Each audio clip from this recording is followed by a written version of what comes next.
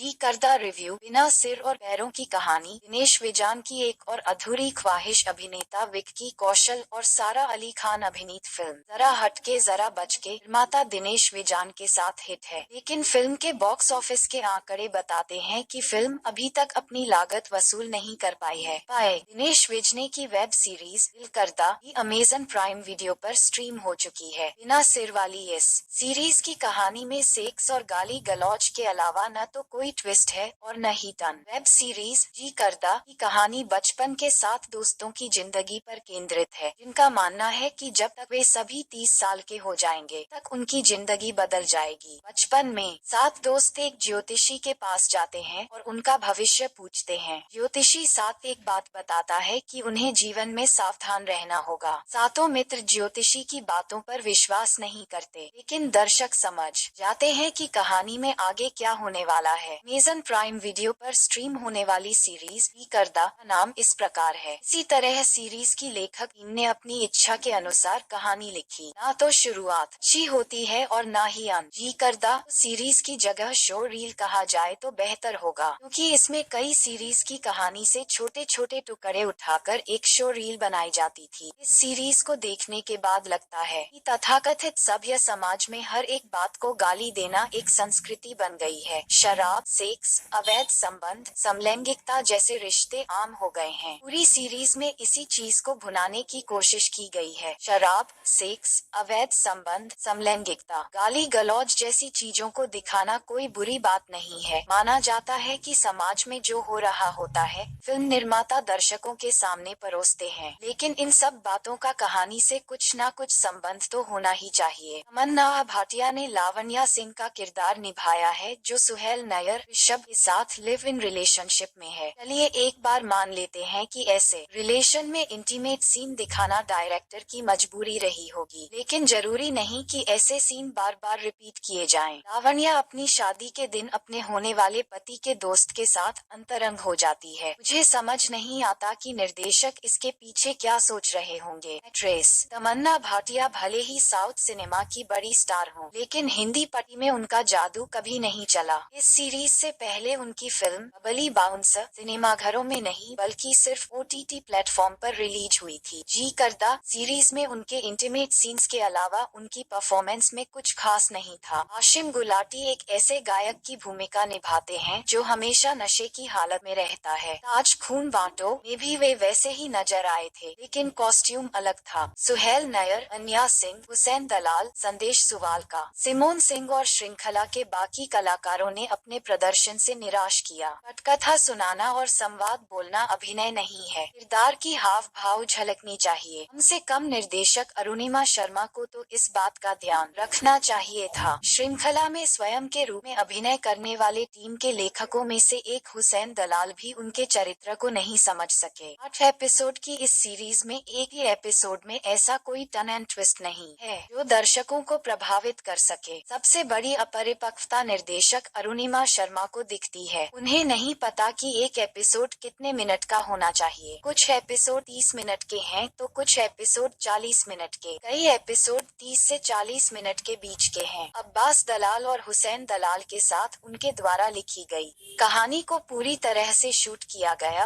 और अलग अलग एपिसोड बन गए। श्रृंखला में कई अनावश्यक दृश्य हैं जिन्हें 30 मिनट में संपादित किया जा सकता था। यहाँ संपादक की नब्ज नहीं टूटती, क्योंकि निर्देशक जैसा निर्देश देते वैसा ही करते।